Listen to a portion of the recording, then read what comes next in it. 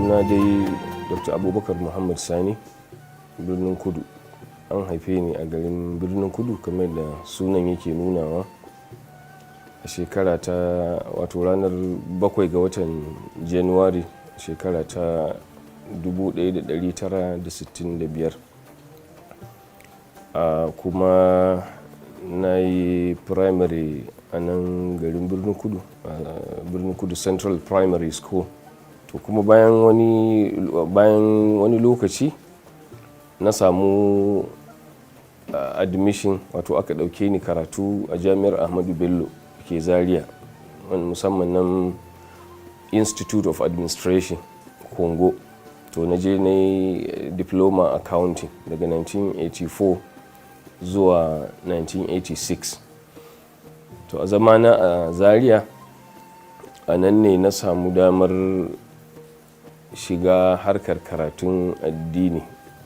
Nakan je gun malaman zaure, musamman na akwai malam Muhammad Sani Gumi, wanda shine limamin masallacin juma'a na wanda ake cewa masallacin Danja nan a gate din Kongo.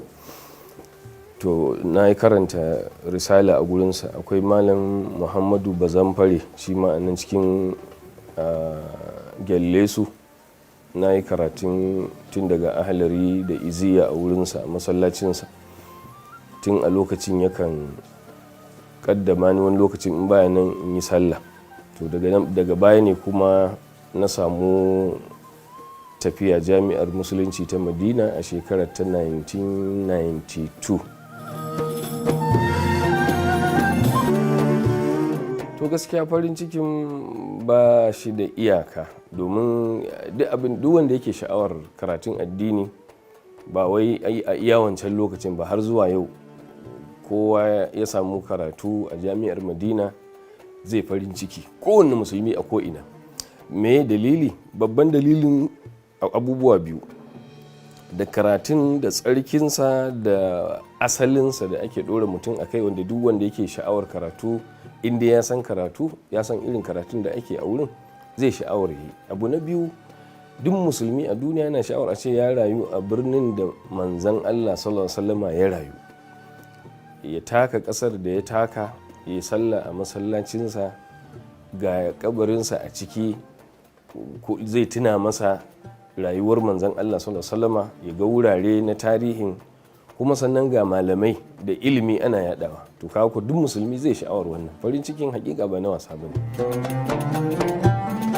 A kwarai na yi sosai, na yi duk da ba wani kwararre ne sosai a ciki ba, amma dai an yi a wannan shekarun da aka rayu irin dai rayuwa ta samarin yadda zamanin yadda suke.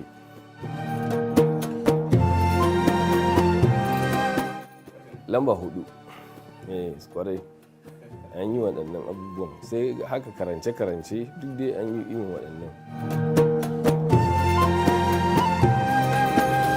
To gaskiya ne, ba zan ce ba haka ba, tun da dama ni dai karatu in ka kalla, karatu ba wani karatu ne mai zurfi ba kafin tafi Madina. Don haka duk abin da na sani, mafi yawansa galibi a can na sani, kuma alhamdulillahi na hada fahimta ta duka galibi na ɗauke ta ne daga malaman da suka koya mu.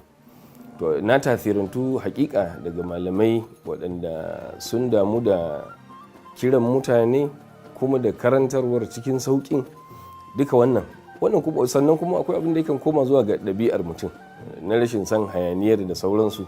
To amma dama shi dai karatu in mutum zai yi shi, to gaskiya ba zai zama mai hayaniya ba. Yau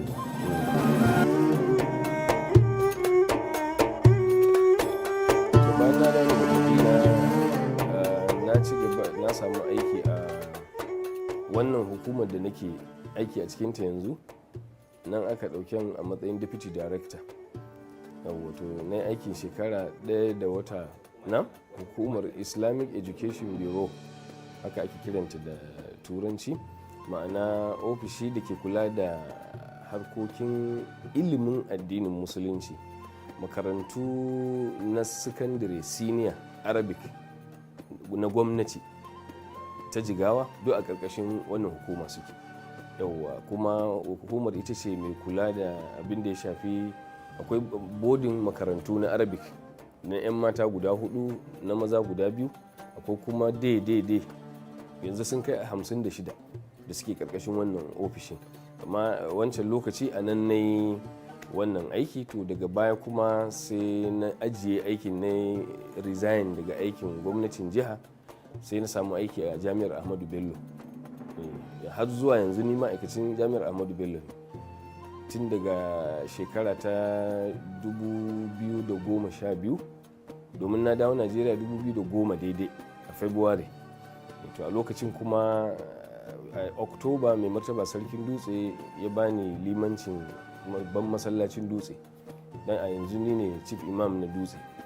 To da na tafi kuma ABU sai na samu aiki a Faculty of Education, akwai bangaren Department of Arts and Social Science Education. To a wannan bangaren akwai Islamic Studies section a ƙarƙashin department ɗin. To a nan ne nake aiki tun daga 2012 har zuwa yanzu. To bara yau shekara guda kenan, a watan August na bara mai girma gwamnan jihar Jigawa Alhaji Muhammad Badar Abubakar ya bani matsayin executive secretary, lokacin da wanda yake nan din aka bashi permanent secretary na Ministry of Education. To sai aka bani wannan matsayin, to shine na taho a matsayin aro. Na gama kuma zan koma in rike allina in koyar da ɗalibai da aka saba a Zaria insha Allah. Wanda nake tunawa, ba wai ma tunawa ba, a halin yanzu ma ina cikinta, ita ce kyautar littattafai da na samu daga babban malaminmu Malam Muhammad bin Abdullahi Zarban Al-Ghamidi, da tsohon limamin masallacin Quba kuma shugaban daurori da ake da a Najeriya. Kwanan nan ya bani littattafansa gaba ɗaya na gidansa, wanda ke labirari ɗinsa ta gida. Ya yi min waya wata rana ya ce ya ga ya kamata ni zai ba waɗannan littattafai don a amfana, kuma muka yi magana da nan akwai mai martaba sarki Dutse ba da dama zai ɗauki nauyin kawo su. To sai daga baya ma aka samu wanda zai ɗauki nauyin kawo su daga can aka kawo, kuma a yanzu nan suna nan a nan labirarin mu ta cikin Central Mosque na Dutse, kwali 133, irin kwalin nan na taba na Marlboro da makamantansu, da yake dama shine kwali mai karfi. To irinsa aka cika littattafai, ban san adadinsu ba, amma dai kwalin 133 kuma duk sun iso lafiya. Lokacin iyali ina da mata 3 yanzu da 'ya'ya 15.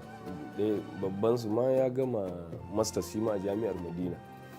Shekarar da zan dawo, shekarar aka dauke shi ya fara fakultin shari'a shi ma. Gaskiya ina auren fari ina 22, da wuri ne sosai. To zaman da na yi a Zaria, gidan da na zauna a nan ne na samu mata. Yauwa, zaman da ne a nan Zaria a Gelle su. To amma kuma alhamdulillah dai yan gida din ne, yan uwa ne na nan daga birnin Kudu. To alhamdulillah, kuma amma yanzu mata 3 suna nan. Akwai na yi aure daga Bauchi, muna tare mun zauna ma a Madina, sannan yau shekara 2 na ƙara 'yar Kano.